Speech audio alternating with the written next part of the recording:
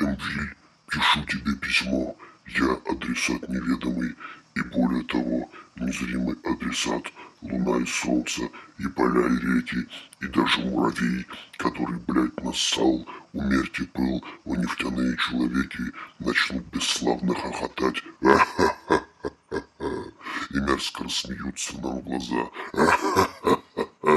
А тёлки были ничего, и ты шептал им, Виль, мой друг, смелей, смелей, смотри, как алые пылают ее лампочки, и как жужжат моторчики ее прозрачных крыл. Ты говорил им, Виль, я помню, покрепче ты возьми АК свой 47, рожок проверь, пусти патрон в патронник, и подзарядник, чтобы был переведен в позицию активную.